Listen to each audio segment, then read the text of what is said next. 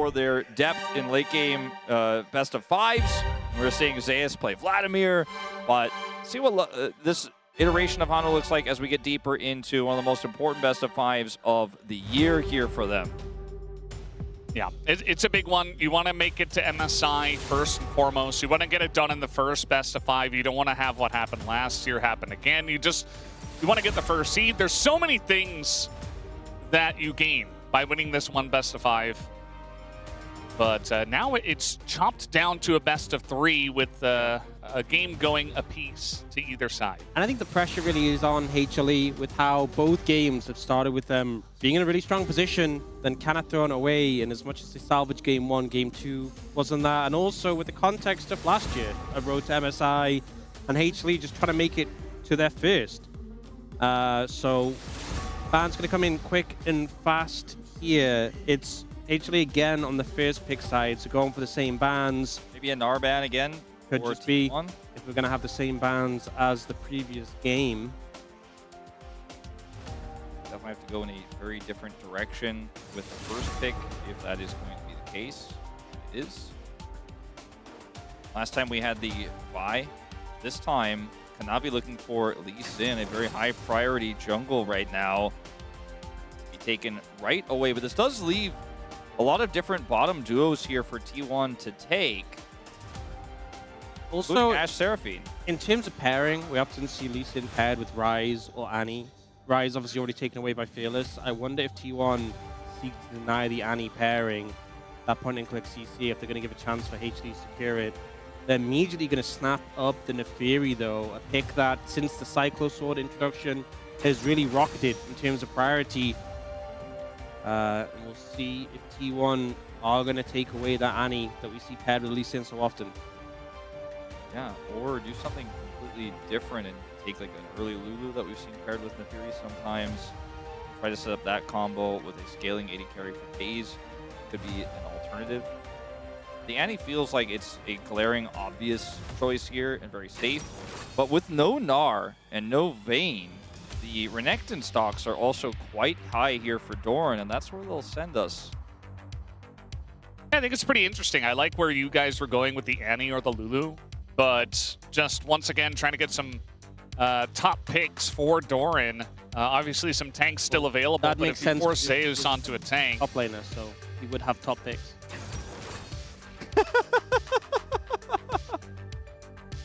Cassiopeia was left open, by the way, guys. Speaking of top picks in the mid lane, that's a high tier one that's finally going to go over here. And we are looking like we're going to lock our solo lanes, our top half, in this first phase again here. Set is not a pick we have seen in a very long time. That's not a champ in the LCK. That's not a champ in the LCK either, but I bet you we got at least two spacers who are very excited to see it. It was a pick that decimated the LCK at first stand. So, yeah, this can be played top or support. Has as a flex. I do feel like the Cassiopeia pairing with Lee Sin doesn't inspire the most joy, but I think the theory here is into Neferi and Renekton has a lot of value. That Miasma are going to be incredibly powerful. And I also feel like the Miasma would do pretty well into Sylas as well. They end up going for the Galio. I just feel like the value of the Shen Cassiopeia is kind of going up and up into triple melee already. I don't like this Galio pick because I think you need some specific champions to be empowered by Galio in order to make this pick that's so low damage worth it. And because we're doing this right before the second banning phase, I think some of those scaling options here for Pays are going to be removed. And now you have to worry about like Mel Shen, you know, in the bottom lane as a potential duo that you'll be running into. So banning the Senna here initially, as Guma's been one of the only players to play it here in Korea. Yeah, I'm not sure about the Senna, but Senna Shen is definitely a combo that we could see. Feels like really giving credence to that Shen to be bought. Feels like last game T1 heavily committed to like dive in their first three picks. At this game, they heavily committed to like, you know, diving with their first three picks with the fact they have this sort of melee-based composition. So I'm interested to see what they pair up for, especially since a lot of tools are being whittled away.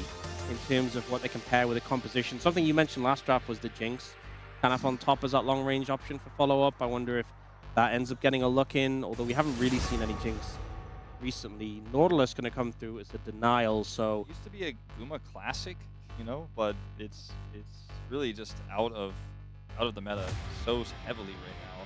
The Lulu still feels viable, you know? Like, now you have the Lulu Yunara angle where you can empower the Renekton, you can empower the Teferi with the wild growth, but also keep your Yunara in a safe spot. I know that Yunara is not everyone's favorite AD carry right now because it has felt very risky and has been punished a lot here in the LCK and now Road to MSI, but I think that might be the best bet here for T1 at this point. I feel like it could be like Jhin at MF, though. They end up going for the Milio, so hinting at a Lucian Milio, but maybe Milio Jinx, pivot, Milio Jinx, it's possible. Keeping their options open. Now, obviously, HLE can flex the Shen down to support, but can keep the options open, and it looks like they might end up just going toward Ashe Seraphine in a situation and putting the Shen in the top lane. Or that's not Ashe. Ogma for Guma, that is not a pick I associate with him at all. Lulu Shen. Oh, man. It's G2. They're here on our road to MSI. What are they doing here? And why did they summon for HLE? It's so incredibly powerful. And if you go for the Lucian pick here, you were just so heavily outscaled, and there's so many tools to stop you from bursting the target. I don't think he could do it. I don't think he could run that here.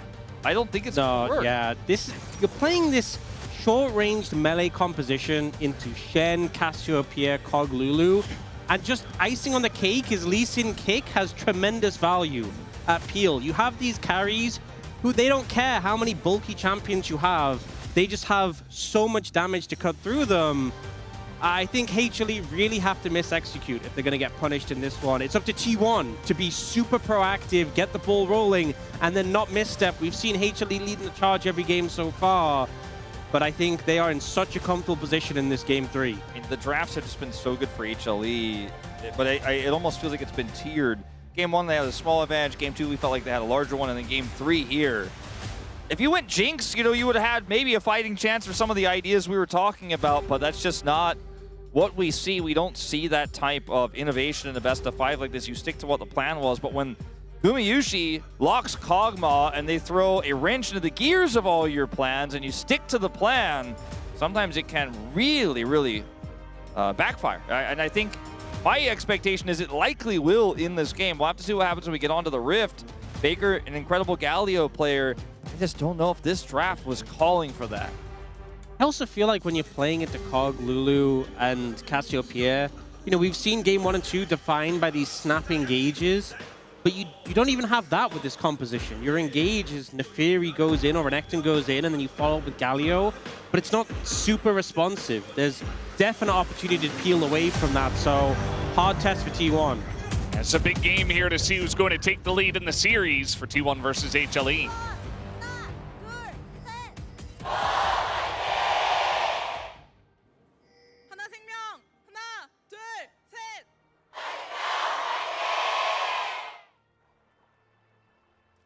Alrighty, game number 3 on the cards. And so far, it does feel like it's been all over the place. There have been moments where there have been obvious mistakes made, and then the opposing team would immediately capitalize and go on to get a massive swing in their direction. So, you know, we had a moment in the middle of that game where everything was quieted down. HLE hadn't overextended yet. They were just kind of playing well from ahead, and things were looking good. And immediately, our hopes were crushed as they push too deep. And, yeah, we all know what happens next. T1 tie up the series. So interested to see where we go from here, if the teams kind of quiet down a little bit as they settle into this best of 5. I do think there is a lot of power in the early game for T1 in the bottom and not a great in the bottom and top lanes, not the mid lane. And I wasn't saying that because Faker went for a taunt and then decided that he was likely going to die if he did do that. Just emphasizing your point. Yeah. So let's see if this bottom lane can go well here for Paze and Carriot, if it can generate a lead there. It's not a default free win lane, especially into the Lulu with this combo, but it is quite potent, and if there's some jungle attention down there, they can pull ahead. And obviously the Renekton, they really levels into the Shen, is going to have a much better time. Okay. That's how the trade is supposed to look. Dodging quite a lot. Owner, he's like, huh, what's going on over here? Blink and you'll miss it. Did he see something? I don't know. But his Krugs are gone, and Kanavi continuing to be a bit of a menace here. He has Prio in mid and top, so he can play this out 1v1. Yeah, just 1v1 so far. Kanavi kind of bleeding out, though. Eventually he's going to have to hop over to Zeka. Gets pretty low, but not really any danger of dying. You see, one of the issues with playing out 1v1 is that all the dogs in the way just block the Sonic Wave. And Kanavi is now so low that he's in danger of being invaded himself. And now he is just going to have to find his way out of here with the Blast Cone. Owner's trying to go over the wall. Very close there. Valdez's favorite. Does get away. He's going to stick to the Krugs. I think this was such an unforced error because you'd gotten the Krugs, you'd gotten out. You could have just gone back to your jungle and cleared it.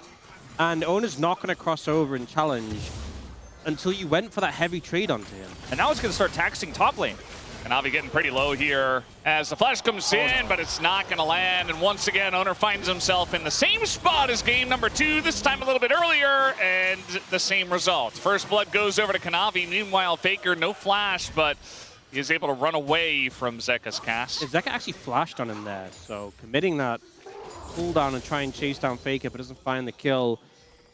Weird back and forth between the junglers. I feel like Kanavi overstepped and was getting punished for it, and then Owner, would you believe, overstepped. On the enemy Krugs?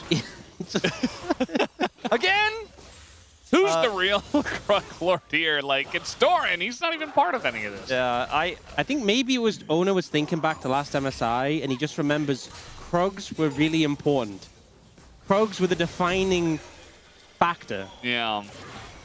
So, I mean, first of all, flashing, it doesn't really make sense.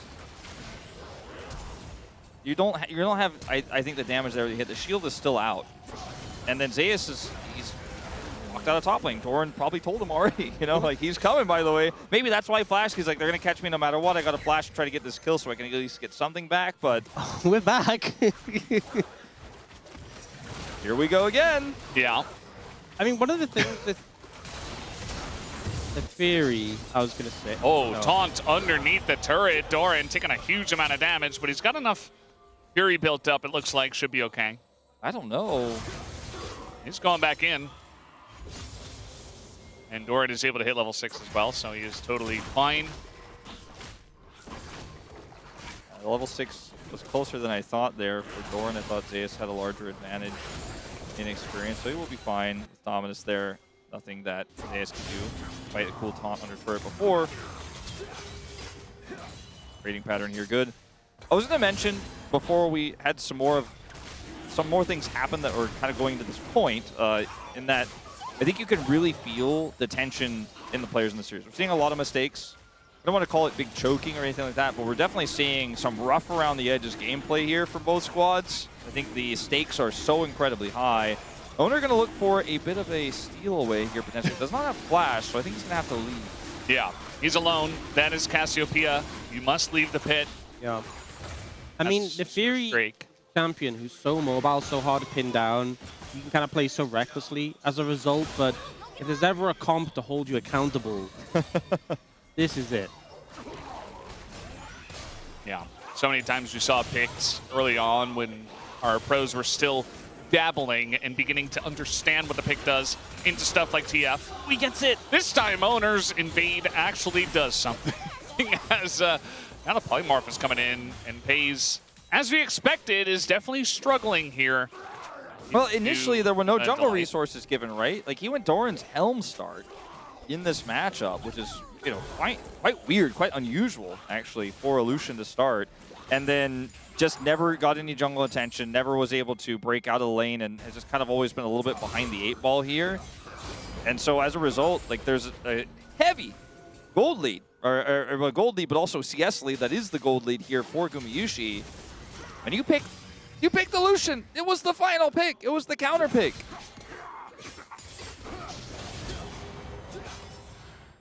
I just feel like with how this game has gone so far, it's still early days, but the fact that HLE already have that 1,000 gold lead, have a dragon in pocket, they're feeling pretty great with the early progression. And now having the Shen ult as well is just a constant looming threat. We often say that with things like a Nocturne ultimate or Galio ultimate, but Shen is really just so much more responsive, and the fact that you can just be anywhere and provide that shield immediately puts so much more pressure on T1 to get their plays right when they go for them. Yeah, we've seen some crazy Shen shields as well, especially later on in the game. He comes in and it's like the guy just TP'd into the fight plus more. It's like kind of crazy what he can provide. So we've seen Shen plus Kog'Maw comps in the past. And yeah, I saw you one guys are going to get to see it. At a first stand. Yeah. Yeah, it went really well for that team. It did. Nice dodge here from Faker. We do have Kanavi, though, on the chase. No more taunts is coming in. The kick is there! And one more Fang. Faker's put in the back of Faker. On the player cam there as well. He looks angry. And, like, I'm not sure what Faker was trying to set up there. I mean, but even without the information, if he had the information, he would have never gone for it. But even if he knew there wasn't anybody there, I'm not sure if that trade he was looking for there was going to be great. I mean, obviously no one was really nearby to help him out. He just kind of goes in and gives HLE an opportunity. Oh, it's this game again. Yeah, it's this game. The Raptors, the Krugs. I think Owner got one of those little guys. Big one this time. So. Yeah. Owner got like 8 gold, it looked like. Here comes Faker. As it really does feel like neither of these teams are backing down from the fight. T1 almost trying to play HLE at their own aggression game. I mean, in the 1v1, Kanavi's is such a disadvantage. If you just throwing the Sonic Wave out, it kills a single doggo. Like, okay. Hayes is coming to swamp up top side here, but Doran doesn't have TP and Faker doesn't have TP, so there's going to be a lot of minions lost in the bottom lane to get these they're coming heavily. These grubs. And they're going to try to get some plate gold here. Maybe kill Zeus? Interesting plan here. Will come at a heavy cost if it does not work. Well, here comes Kanavi. He says, I'm going to try to take one of these with me. Going for the trade into Owner. There's the Shen shield as the kick comes in. Owner in a bit of trouble. The Q is not going to land. And Owner does get away. These guys are just skill checking each other over and over again. But look at the bottom lane. I mentioned before, no answer here. Had Guma known Paze was rotating up and he stayed, this turret would be gone already. He went for a back, but still gets back here faster. And this is a Kog'Maw getting free money, and Paze got nothing for that rotation up to the top side. They didn't get the kill, they didn't get the turret, and Guma is just free farming. He is 750 gold ahead. They got 2 grubs. Okay, sorry, my bad. Yeah. Yeah. That Galio gets to hit a turret, man. Who's going to remember that moment? Once again, not worth. But again, it's a situation where HLE are getting a bit of a incremental lead early on in the game. But this time they have, you know, Kog'Maw and Cassiopeia with lots of backup. So, you know, as long as they don't make any too big of a mistake. Also, it's not carry on Rakan with Paranoia backup for his engages. You know, if you think about the engage of T1, it's like Galio. 100%. That was, I mean, flash from Faker just to get away. But that was so much of Game 1 and Game 2 defined by these snap engages. We saw those picks from the supports. It's not them for T1 in particular. It's either Galio or Ona or Doran, and they're not primary engage champions. I mean, Ona can be, but normally we have like the Lulu follow-up to make it really work. This Doran gank is not going to work. They're going to try to turn into a dragon take, but Shen, no ult, but has TP. It's going to come down to a flip, and it does go the way of Owner. As Kanavi looked like he was a bit early on that one. Did it go to 1 HP? I thought it... It was very close. I guess we've seen the replay. It looked like it went to 1 HP. It was super close. Kanavi trying to get it with the execute, with the recast on the Sonic Wave. Doesn't quite land it. Now they're Faker in trouble. Yeah, Faker's in a lot of trouble. No flash here, no help either. As his jungler is doing, you guessed it, the Krugs. This time on the other side, he is gonna try to jump away, dies in midair. And yeah, he's not having a lot of fun here on this Galio. No, not really, and we kind of predicted that from the draft. It's a pretty surprising draft here for T1, as And again, here, just trying to clear the wave as soon as possible. Steps up too far. Doesn't have his flash anymore. Has just a little bit of greed after what was a successful steal on the Dragon. And it's just, you know, it's a rough situation all around. I mean, I feel like history has repeated itself. And mind you, the two of you guys weren't there with me in Atlas, but we just commentated a similar type of series with T+ and KT, where it just kept being massive gold leads and then comebacks. T1 couldn't complete the comeback in game 1. They did it in game 2, and they want to go up to match point. They're going to have to do it again in game 3, where HLE Esports has once again dominated the early. But the difference in comps, as you already pointed out, is so different this time. Like it's definitely an HLE late game comp with I mean, they couldn't have more tools to use their scaling composition. I think for T1, you need to start finding picks, numbers advantages, or coming from creative angles. It's tricky because you're into a Shen, but if you have the burst available, you can burst through the shield before he arrives. But in a straight 5v5, there's so much structure to HLE's composition, it's going to make it hard to push through. Doran's in a lot of trouble, actually. He is going to be okay just because Zeka doesn't want to dive. But, you know, if this were solo queue, probably Zeka could get in there and get a solo kill or at least force a Dominus. But either way, just going to push him off the wave. Hit his TP. Faker has to go bottom lane here to catch this wave. And it's HLE Esports is moving T1 around the map with the fact that their Shen has teleport and his ultimate. They're always going to have man advantage. Galio doesn't have ult, and even if he does, he's not actually global the way that Shen is. Shen can literally go anywhere. Also, to me, this is one of the rough points as well, is the fact that you have this Lucian Milio, who typically, I mean, historically it's been Lucian Nami, but Lucian Milio, you want to be playing around that mid-prio, be able to challenge the enemy bot lane and force them away. But it's Pays and Carrier who are just clearing the wave on the tower. They're not able to capitalize on what has been Lucian's, one of his biggest strengths over the past few years is that mid-game, mid-lane prio, and it's really giving such limited options to T1 right now. But hey, I mean, game 1 and 2 started pretty rough. Yeah, I mean, I think if you're looking for a little bit of copium for sure on the side of T1, we've kind of, you know, talked a lot. Maybe Faker can get some kind of miracle engage on the Galio. Like, the game isn't over, but it's really rough when you're this far behind against Cassio and Kog'Maw. We do have an Infernal Soul this time, by the way, so not an Ocean Soul for the 3rd time in a row, thankfully.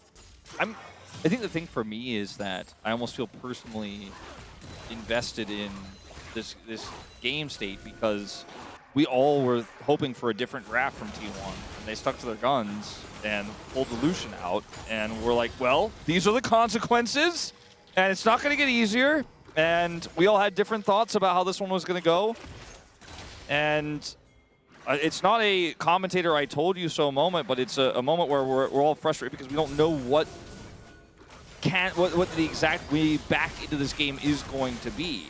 Aguma is 0-0-0, but he is going to be a massive threat later on. Well, one thing I'll say is that there's always a way. There's always a way. We've seen crazier things. We've seen big mistakes, shape games, shape entire series. And HLE need to be clean as they're going to go all in onto Alulu, who just trades with her ult, but maybe that was the whole point. Zingo's Faker trying to just zone this one away, but we have the Combat Herald already down. ZI was taken and looking for more. He's just going to turn towards mid and look to crash into mid and might be able to get this one low enough. But either way, it's enough pressure into mid. I think this is showing a great understanding of the comp for HLE. Even though they're ahead, even though we've talked about how strong their composition is into what T1 has, their comp is great at peeling and playing defensive. Even though they felt like they had the advantage there, they don't step up and go aggressive and dive in, because that's immediately when things can start to fall apart. All they need to do is hold the line, protect the backline carries, and they'll be successful. Now they get the Herald into mid, they get the Dragon here. Patience is really paying off for them. Yeah, well, that's the timing of this is so great because they get to use the Herald to escape, get turret, and that's prio for Dragon all at once, while T1 get nothing. And there's T1 were almost able to set up a fight, but HLE were not like, maybe we can win this without Herald. They just instantly drop the Combat Herald. They instantly bail out. And when I'll say it, right? When it was Kanavi who got in the Herald, I really thought he saw the 4-man and he was going to go for it. Yeah, but no. I was worried too. He, they were measured. More measured for sure. They got what they came for. This will be actually the first turret going over to T1 here. Faker gets some alone time with it. And because HLE were unable to get that mid turret earlier, actually a little bit behind in that one, puts a dent in the gold lead. It's not about the 1,800 gold lead that's the problem. It's the fact that T1 aren't ahead. It's that they don't have tempo, it's that they don't have pressure. And FaZe needs to be in a position to actually pressure the enemy AD carry here. Right, trying to beat Guma into something, but again, Wild Growth helping out quite a lot against that Nefiri. They are still going to get the exhaust and the flash away. Alongside of that Wild Growth, obviously, Kanavi looking for the angle here, but...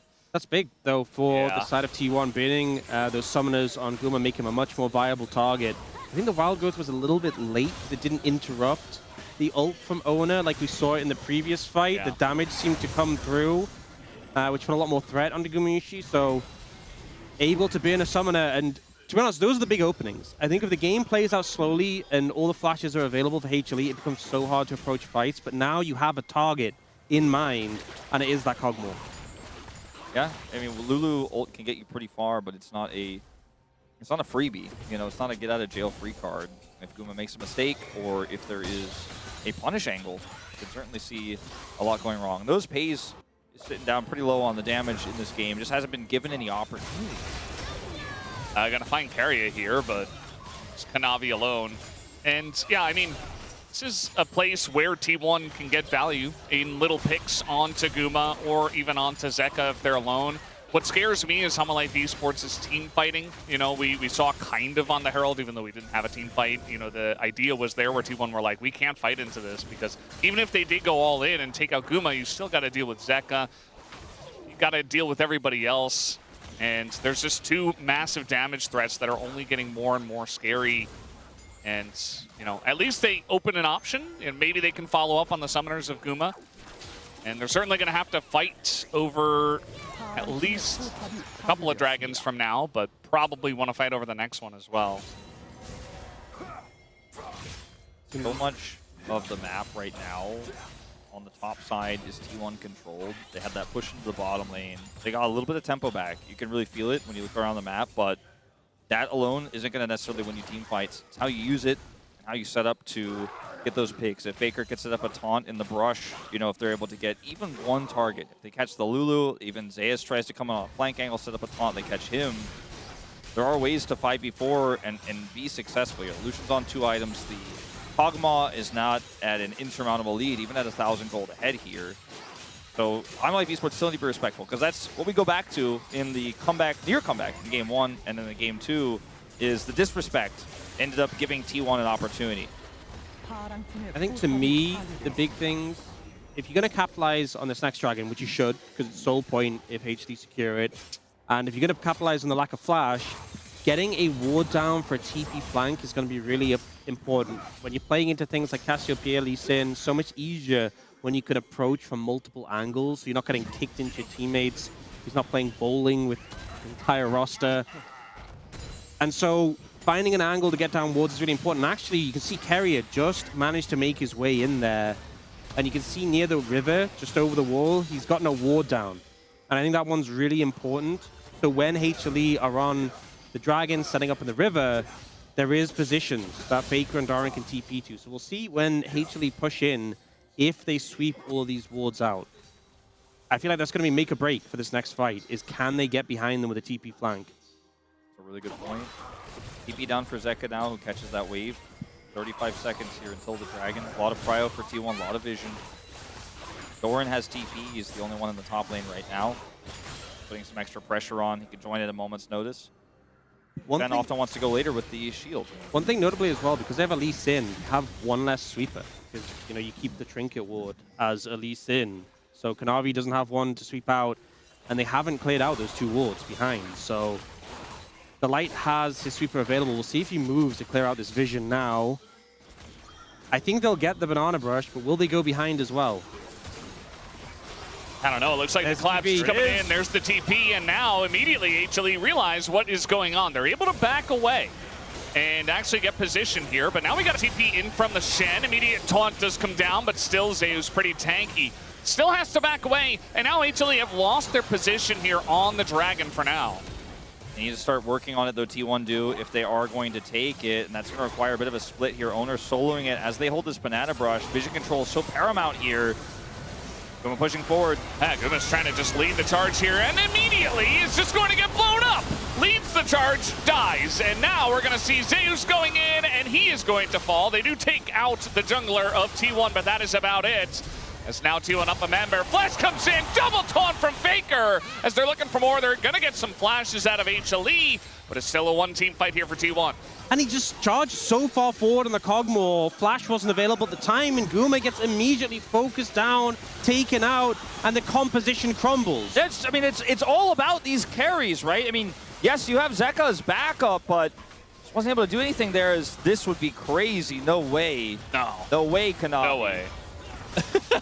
Go away. They're also like not just trying to secure the dragon. They're like, we're gonna kill him. Yes, Smite though, he's able to get in, and no, they get distracted by someone else, the Cassiopeia. Now they do take him down, but Kanavi gets in, picks up a couple of kills. And at least they are able to get the punish on a Delight. But now Kanavi in an awkward spot. He's gonna get taunted up. Guma doesn't really have much backup here, trying to save Elise in. Not really gonna work out for him. He is gonna flash away, but now you're going to lose your flash and potentially go down. As trying to save him, he is not able to. And now we got a weird breakdown as it's a 1v1 between an Afiri and a Shen.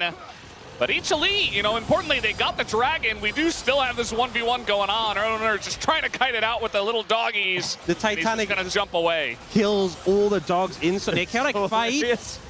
In terms of gold, T1 doing pretty good, but the third dragon is secured by HLE. This was a manic encounter. It's hard to quantify who walks out ahead here because it's so expensive what Hanwha did. They were able to get a lot of those kills back, so it didn't end up being as bad as it looked initially. But here, yeah, I felt like the TP was too early, but then they just pushed in and let Doran get behind him. And Faker is ready to follow up on the taunt. It's just an easy lockdown. Zeka gets zoned away then, so even though he's an additional threat that's left, they kill two. And T1 end up, you know, thinking they've got this Baron secured, or this dragon secured. They chase Kanavi and then turn on to Zeka without getting the smite here. So it ends up just being Kanavi taking this away, which is very hilarious. And then in the ensuing fight, it costs a lot here for HLE because Kanavi goes so deep, end up getting the kill onto Delight as we are fighting near Baron. Yeah, a lot of damage being traded just mostly onto HLE. We saw Culling coming down, but they're able to back away, importantly. Once again, it's definitely the position they want to be in, as now they're trying to get on top of Faker, who's in a rough spot himself, just soaking up a ton of damage, gets polymorphed. He's still alive, though. This Faker very tanky here on the Galio. Yeah, the ult from Carrier saving him there. It's also gone the, what's it called, Volcanic Rukun for maximum magic resistance as Zeka. We don't often see that on the Galio in the mid lane. And then the Imperial Mandate, which is so good with Galio. You get 30 ability haste effectively on your CC abilities, 15 from the base, 15 from the extra effect. So on his W, his E, and his R. And the vulnerability for the Lucian, who needs that extra damage to cut through and get that burst, is going to feel great. We do have Randuins here now completed for this Kog'Maw, so very difficult to burst him down without a lot of help and a lot of CC. We're really camping this bush. We're making it a party. Yeah, this is kind of an interesting spot because there's no objective over here. Owner's not going to expect this as he's running face first into it. He's had no idea as now the Galio ult comes down, but they get in, they get out. And it's a very nice pick here from the side of HLE. Even the wild growth on the follow-up from Kanavi is huge. They get a couple. As now, what are they going to take afterwards? I think Baron has to be the call at this point. I thought that T1 were going to be able to turn that around, but they just could not collapse fast enough. The whole HLE were able to get in there from the mid lane and just completely win the war of attrition. Now TP from Zeus, who has his Dusk and Dawn at the ready. And it's just going to be a Baron, and all T1 can do is kind of feebly try to get a return kill on this turret. But into this Hydra, I don't think they can. Doran's going to push bottom lane instead, and that trap comes up huge for HLE. Now with Baron in hand, 2,500 gold lead, it's Dragon in a minute 20. HLE can push out these lanes with the Baron buff and then just choke out the vision of T1. And when T1's composition, the short range comp, needs to push in aggressively, it's so hard to do. This is a replay of that just Owner face checking, doesn't expect them to be there at all. And even with all the safety up in the Fury, it's not enough against that burst. And Kanavi is able to disengage, then go back in. Yeah, I set think up the they were play on a hoping that Faker. with Faker coming here, FaZe could do something, but they just got cut off by the bottom duo of HLE getting there much faster. Okay, so T1 working really hard to get the Scuttle Crab there, not wanting to give that over.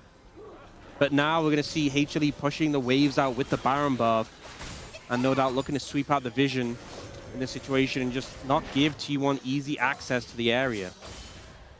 Yeah, I'm not really sure how T1 are going to manage to get into this Infernal Drake. They have to fight for it. I mean, at least in terms of flash CDs, maybe they can try to force something on Guma, but that's about it. And again, as we've talked about, he has so much protection built into this composition. All he needs to do is position well and not overextend, not walk into that CC. Yeah, has Randuin's. It feels like it's a lock. His flash is up so soon, so they could stall it out for that as well. True, and it doesn't look like T1 are going to get an opportunity, as that's going to be the ult in from Faker. But it's completely worthless in terms of what he gains from it. And, you know, Baron is still up here, so HLE could just bide their time, push those waves out. Now they're on this dragon. No Galio ult here. And 2 seconds, 1 second, Guma flash back up. There is a flank coming in, though. Oh, this flank could go so hard in this one. We'll see how it is going to work as immediately Doran is able to access, but he's going to get knocked up. In goes the Nafiri. Big taunt is there for the follow-up. Not quite. A lot of damage done, but Doran already down. In goes the Nafiri, and he takes the Infernal Soul away from the hands of T1. Picks up the double kill. And HLE are beginning to run away with this game as another kill goes to Kanavi. The steal is there on top of the triple kill. Beautiful peel there from Delight to stop the Renekton from getting access to his AD carry. The damage starts to come around. The turnaround is there. And Kanavi cleans up, executing the members of T1, getting the kills, getting the dragon. And HLE looking in great position to close this game out. I don't think they're going to get it right now, but they are so strong. 7,000 gold lead in Infernal Soul as well. And then just massacring the base. Yeah, just ripping this inhibitor out. And that's what the edges of the rest of this Baron. So T1 lose Infernal Soul, lose an inhibitor. And Kanavi goes back in here initially to push on the Doran, and then peel here for the backline, and then decides that, hey, you know what, I'm going to taxi on this Lucian. Steals the dragon, kills the Fury, and the Milio, mind you. And he's looking to clean up house on FaZe, who he used to get into the dragon in the first place. So well played, just not missing an ability. The fact you're connecting the Sonic Wave onto the Lucian twice in that situation, even if he didn't secure the smite, that would have been a great play. But the fact he gets it too, and now Doran is in big trouble. Oh, Doran's in a lot of trouble here as Dominus comes in, and we have more. There's more members of HLE that are coming in here, so that's where you are going to get the secure, as even the Light's getting into the action. They're still trying to get that mid tower. FaZe is desperate. He's been trying all game. You know, I don't want to say it's donezo because we have seen some comebacks, but it really feels like at this point, there's just no way back in. Even with the standing gold, the bounties, Tunnel Life Esports have so much gold at this point, and their comp with the Siege they have and the Infernal Soul should just eventually wear T1 down. You can see they're just kind of brute forcing it. Zeus is going to taunt into multiple members, and now he has to try to flash away. Lots of damage is there, as you do have... Whoa! Okay. He's okay. He's back. And that's going to be the inhibitor in mid and top now, taken down. TP here from Doran for the flank, but he's so far away. And now Faker gonna just, okay, that's gonna be the melee ult that does come out, and now Faker's still in a lot of trouble, although it does bait Kanavi pretty low, but I think the wallets are just too heavy. The front line is there, and the damage dealers have all the room in the world to take them out as NECA does go very deep. And you see, Guma didn't quite follow the train, but he's just trying to get the wave in here, it looks like, as HLE, I think from this position, should be able to close it out. You could probably still hear the hesitation in my voice, but that is going to be the kick away, and Guma will be safe this time. Owner desperate to try to do something, but it is too far gone. HLE should be taking this game number 3. His owner also is going to go down, and HLE jump ahead in the series. It felt like they tried to play this game on hard mode with what they set up here. Heavily melee, low range. Kog'Maw has so much protection. You're playing into this Cassiopeia that you left open.